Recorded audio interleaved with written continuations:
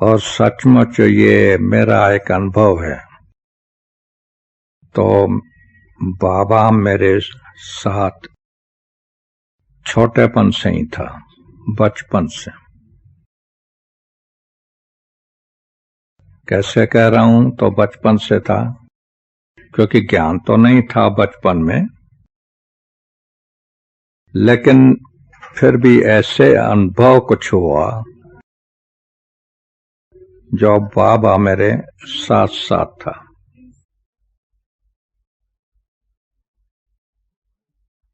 क्या हुआ, जो बचपन में 4-5 बारी मरने से बच गया।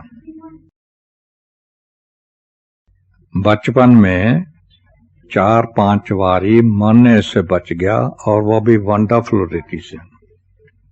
वंडरफुल रीति से। आप सोचिए, जो 4 मंजिल से गिरे उसकी क्या हालत होगी। और मैं पतंग उड़ाते उड़ाते और 4 मंजिल से गिर गया।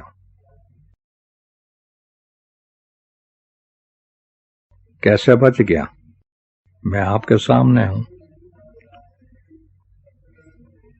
तो किसने बचाया? बाबा ने बचा दिया। 4 मंजिल से जो गिरे तो वो तो बच नहीं सकता वैसे, लेकिन मेरी बांह टूट गई। 3-4 घंटा बेहोश हो गया, पड़ा रहा वहां पर। बाद में मतलब होश में आया और देखा तो कहां पर हूं, बिल्कुल नीचे। मतलब बच गया। अभी सारी हिस्ट्री ज्यादा नहीं बताता हूं, क्योंकि ज्यादा लंबा है हमारा अनुभव। दूसरी बार एक तालाब में डूब गया। हमारे शहर में एक तालाब था, वहां डूब गया, और वहां कोई नहीं हो सामने। तो कैसे बच गया? आप कहेंगे ये तो हिस्ट्री जरूर सुना हो, तो ये भी बता देता हूं। तो कैसे वंडरफुल रीति से है। हमारे गांव में एक मतलब तालाब था। गांव था मतलब छोटा सा शहर था। मैं वैसे हैदराबाद से भी नहीं निकला, कराची में भी नहीं था, लेकिन सिंध के एक बीच में नवाबशाह डिस्ट्रिक्ट था। वहां हमारा एक छोटा सा शहर था। तो उसमें ये एक तालाब था। मैं उस समय सिर्फ 6-7 बरस का बच्चा था, तैरना भी नहीं जानता था। तो ऐसे ही संडे के दिन निकला घूमने, और तालाब पर जाकर के पहुंचा। तो वहां एक अपनी पड़ोसी माता थी, वो अपना वस्त्र धुलाई कर रही थी। तो 5-6 बरस का बच्चा था, मतलब वैसे ही। तो गया संडे के दिन घूमने, तो वहां एक पड़ोसी माता अपना वस्त्र धुलाई कर रही थी। तो उसने मुझे देखा तो बोला, स्नान किया है? मैंने कहा नहीं। तो बोला आओ आकर के स्नान करो। जानती थी वैसे भी। तो मैंने कहा मैंने तो टॉवल वगैरह कुछ नहीं लाए हैं, कैसे स्नान करूंगा? तो बोला मैं आपको टॉवल देती हूं, आओ आकर स्नान करो। तो उनसे टॉवल लेकर के और फिर अंदर गया। वैसे हमने पहले भी स्नान किया था उस तालाब पर, लेकिन वो उस घाट से था, दूसरे घाट से। लेकिन उस दिन जो यहां बैठी थी तो मैं वहां से ही माता पर अंदर घुसा। थोड़ा ही आगे गया तो एक थोड़ा सा खड्डा था, बड़ा भी नहीं था, मतलब थोड़ा सा खड्डा। उसमें स्लिप हो गया, अंदर पड़ गया और अंदर ही अपना हाथ पांव ऐसे ही चलाता रहा। तैरना तो जानता नहीं था। तो उस पड़ोसी माता को कुछ मालूम नहीं पड़ा, वो तो अपने वस्त्रों में ही बिजी थी। लेकिन उसी ही मिनट के अंदर एक दूसरी माता जी आई। उसको मालूम नहीं था कि मैं अंदर हूं, लेकिन वो आई और उसको तो वस्त्र धुलाई करना था वैसे, लेकिन उसने सोचा तो मैं थोड़ा ठंडा पानी मुंह में डाल करके बाद में आकर के वस्त्र धुलाई करती। तो कपड़े की गठरी अपनी थी, मतलब वो रख करके और सीधी अंदर आई और वहां आकर के पहुंची जहां मैं था। तो जैसे ही पानी उठाने के लिए कोशिश की तो मैं ठंडा पानी डालूं मुंह में, तो पानी उठाना ऐसे किया, हाथ ऐसे किया अंदर, तो मेरा हाथ उसको जो ऐसे कर रहा था ना, फटकता था, तो मेरा हाथ उसके हाथ को लग गया और मैंने पकड़ लिया। तो उसने समझा ये क्रोकोडाइल है, वाघू है, उसने मुझे पकड़ लिया। तो बड़ी चीख मार करके जोर से हाथ को हटाया, जोर से हाथ हटाया। तो मैं जो अंदर था ना, तो मैं भी जैसे कि बीच पानी में ही था, मतलब ऐसे आकर के उसके पांव में आकर के पड़ गया। उठ खड़ा हो गया तो कहा तुम यहां कैसे? वो भी मुझे जानती थी।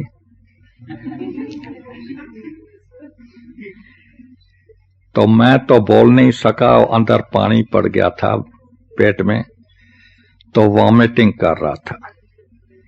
तो जब सारा पानी निकल गया ना पेट से, तो मैं तो बाहर निकल करके कपड़े पहन करके भाग गया।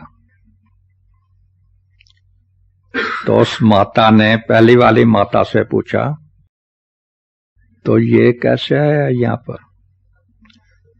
उसने बोला क्यों, क्या हुआ? उसको तो मालूम ही नहीं पड़ा। बोला ये तो डूब गया था, अगर मैं 2-4 मिनट देरी से आती तो क्या हालत होती। मतलब बच गया। किसने बचाया? बाबा ने। तो ऐसे 4-5 वारी मन से बचा। मैं डिटेल सारी नहीं बताता हूं, बहुत लंबा है। तो मेरी माता जी सुनती थी, कहती थी सचमुच तुमको तो भगवान बचाता है। दूसरी बार हुआ, बोला सचमुच तुमको तो भगवान बचाता है। फिर तीसरी बारी हुआ, फिर भी कहने लगे सचमुच तुमको तो भगवान बचाता है। इस रीति से बचना ही मुश्किल। तो मुझे भी पक्का हो गया, मुझे भगवान बचाता है, मैं मरूंगा ही नहीं। भगवान बचाता है। शायद मैं बड़ा होऊंगा तो इस शरीर से शायद कार्य लेना होगा, तब मुझे बचाता है, इसलिए मरूंगा नहीं। और सचमुच बाबा मुझे बचाता बचाता, मैं देखो सिंध के बीच किसी गांव में था, छोटा सा शहर था जैसे, वहां से फिर हमारे फादर की ट्रांसफर करा दी कराची में। हमारा फादर प्राइमरी टीचर था गवर्नमेंट का, उसकी ट्रांसफर हो गई कराची में, और हमारी स्टडी भी जो है ना वो वहीं चालू होगी। और जब मैं इंटर साइंस पढ़ रहा था, कॉलेज का 2 दर्जा समझो, तो ये इंस्टीट्यूशन भी कराची में आ गई, हैदराबाद से कराची में आ गई। मैं तो कहूंगा मेरे लिए ही आई, नहीं तो मैं कैसे हैदराबाद में जाता और ज्ञान सुनता। लेकिन कराची में आ गई तो सोचा इन्हों का अखबारों में बहुत कुछ पढ़ता है, अगेंस्ट पढ़ते थे बहुत कुछ। सारे पेपर्स में, सिंध के पेपर्स में एंटी ओम मंडली वालों ने बहुत उल्टी सुल्टी बातें डाल दी थी, तो बहुत पढ़ा था,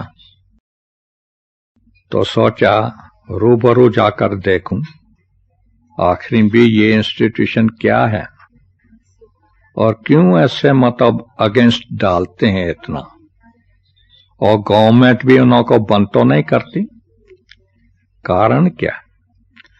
तो अच्छा मैं जाकर के देखूं।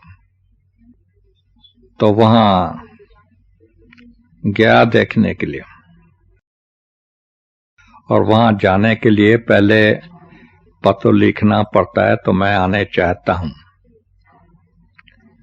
और उसका रेस्पॉन्स करते हैं तो इस दिन आप आ सकते हो फलाने टाइम पर, क्योंकि बहुत जाते थे, हर एक का टाइम अपॉइंट करते थे। तो मैंने भी ऐसे किया, टाइम मिला और उस टाइम पर गया। पहले दिन सुना आत्मा का लेसन, फिर दूसरे दिन परमात्मा क्या है, कैसे हैं, कहाँ से आते हैं, कैसे आते हैं, वो सब ज्ञान दिया। अच्छा लगने लगा तो मैंने चालू कर दिया। 1 हफ्ते का पूरा कोर्स ले लिया। 1 हफ्ते के बाद फिर एक परमिट मिलती थी, अभी आप रेगुलर क्लास ज्वाइन कर सकते हो। तो वो रेगुलर क्लास में आने लगा।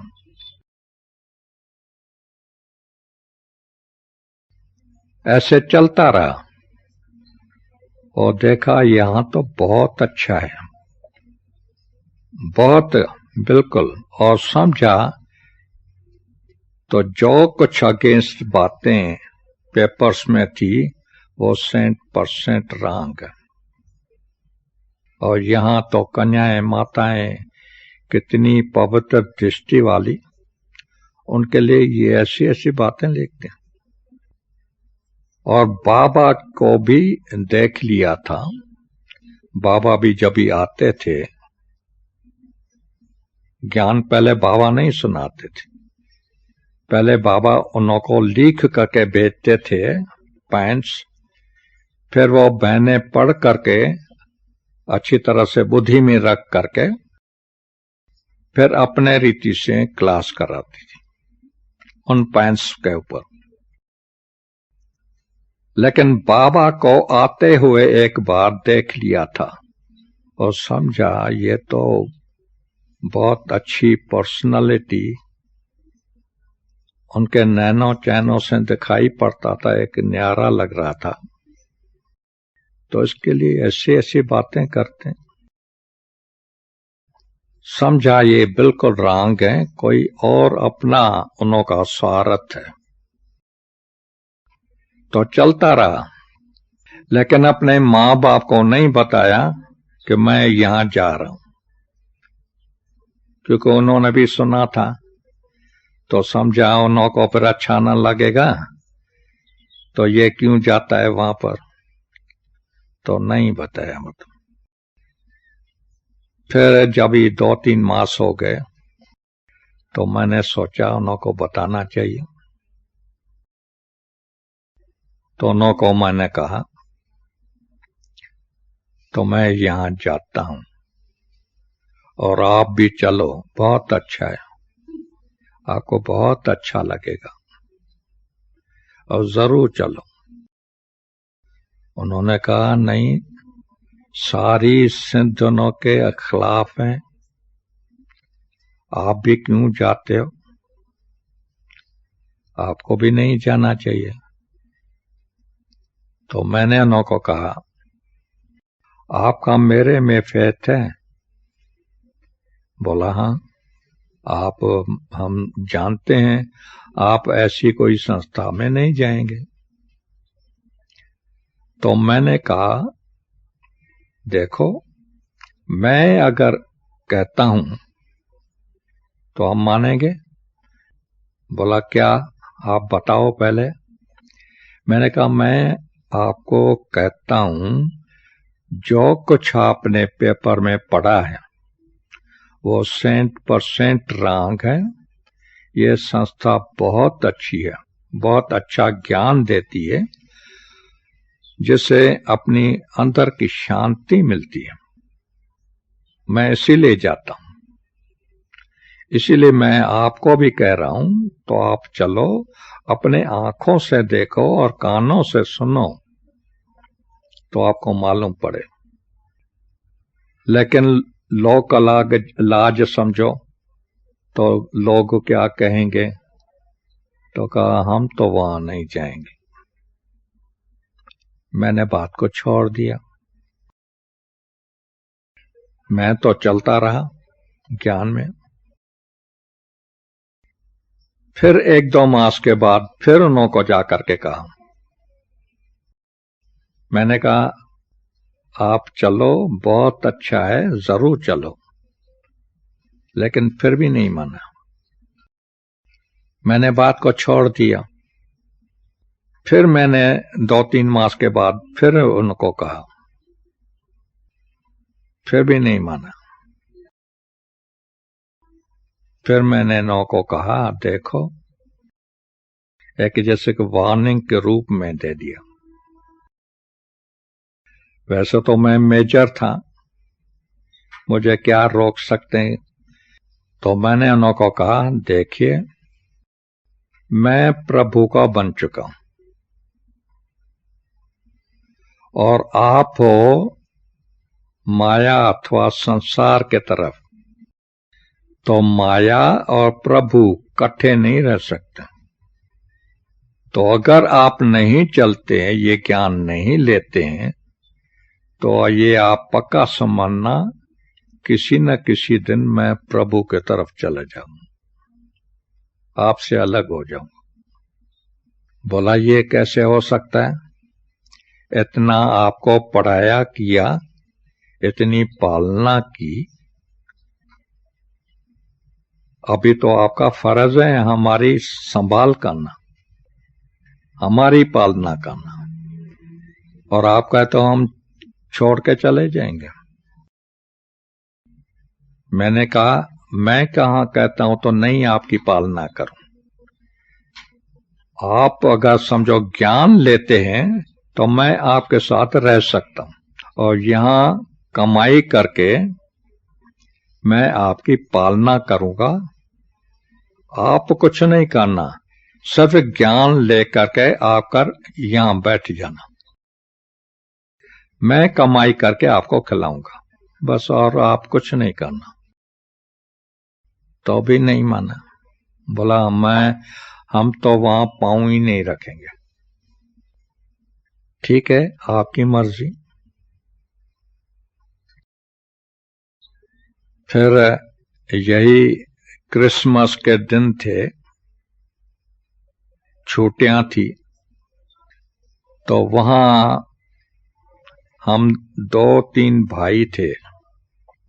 हम रोज शाम को वहां लिटरेचर की सेवा भी करते थे, वहां जाकर के ओम मल्डी में। तो दो ने सोचा, भाई बाहर के मतलब थे, हमारे भाई लौकिक नहीं, मतलब बाहर से आने वाले। तो दो भाई ने, मतलब मैं और दूसरा भाई, उन्होंने सोचा तो हम जाकर के अंदर अभी रहे, सरेंडर हो जाए। तो मामा को जाकर के कहा, मामा हम अंदर आने चाहते हैं, सरेंडर होने चाहते।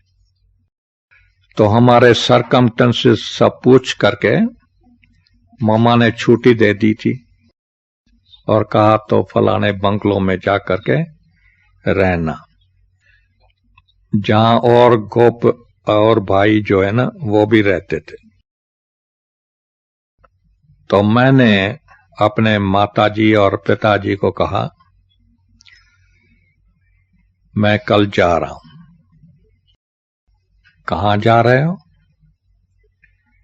मैंने तो आपको पहले ही कहा था, तो मैं चला जाऊंगा किसी न किसी दिन। तो रोने लगे,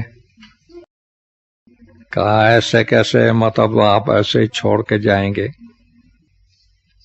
मैंने कहा अभी भी आप कहो, आप चलो वहां, ज्ञान सुनो, देखो, करो, तो मैं अभी भी आपके साथ रह करके यहां रहूंगा, आपको खिलाऊंगा पिलाऊंगा, कमाई करके दे दूंगा। मैं आपके साथ अभी भी रह सकता हूं, क्योंकि आप भी प्रभु के, मैं भी प्रभु का, तो दोनों इकट्ठे रह सकते और यहीं बैठ करके ज्ञान सुनते रहेंगे। लेकिन वो कहने लगे नहीं, हम तो वहां बिल्कुल नहीं जाएंगे। मैंने कहा फिर ठीक है, आप यहां भले बैठो, मैं तो जा रहा हूं। तो मैं दूसरे दिन चला गया।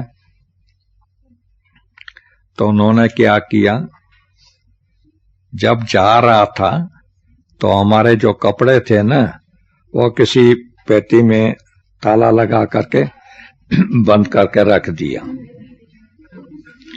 तो ये कपड़ों के सिवाय कैसे जाएगा? लेकिन मुझे तो जाना ही था, तो मुझे याद था, तो धोबी को वस्त्र दिए हैं, एक वगा दिए, तो एक वगाई में लेकर के वो चला जाता। तो वो लेकर के और चला गया। फिर वहां समझो रोज धुलाई करता था, एक वगा धुलाई करूं और एक वगा पहन दूं, फिर दूसरे दिन दूसरा, इस रीति से मतलब चलाता रहा।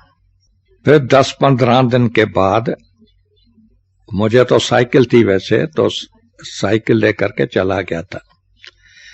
तो फिर मैं आया उन्हों के पास, मैंने कहा अभी भी सोचो, अभी भी अगर चलो तो मैं आपके साथ रह सकता हूं। फिर भी नहीं माना, और जो वस्त्र थे ना वो भी मुझे, वो जो बंद करके रखे थे ना, वो भी दे दिया। बोला क्या करेंगे, हमारे लिए तो तुम जैसे के चले गए, तो फिर उनका मैं वस्त्र भी रख करके क्या करूं? तो दे दिया वस्त्र भी। फिर भी मैंने अपनी फर्ज अदाई की। 3 मास के बाद फिर भी उन्हों के पास आया। तो अभी भी सोचो, मैं लास्ट टाइम अभी बता रहा हूं, अगर आप कहेंगे तो मैं अभी भी आ सकता हूं। फिर भी कहा हम तो वहां बिल्कुल नहीं जाएंगे। मैंने कहा फिर मैं अभी हमेशा के लिए जा रहा हूं। तो मैंने अपनी फर्ज अदाई की पिछाड़ी तक। फिर वहां जब भी मैं गया तो अभी मेरा बाबा के साथ का कनेक्शन होता। सुना ना कि तो बाबा हमारे साथ हैं, तो शुरू से छोटेपन से लेकर के बाबा के से मेरे साथ था। तो यहां भी जब पहुंचा तो वहां भी हमारा जैसे बाबा के साथ का कनेक्शन शुरू हो गया।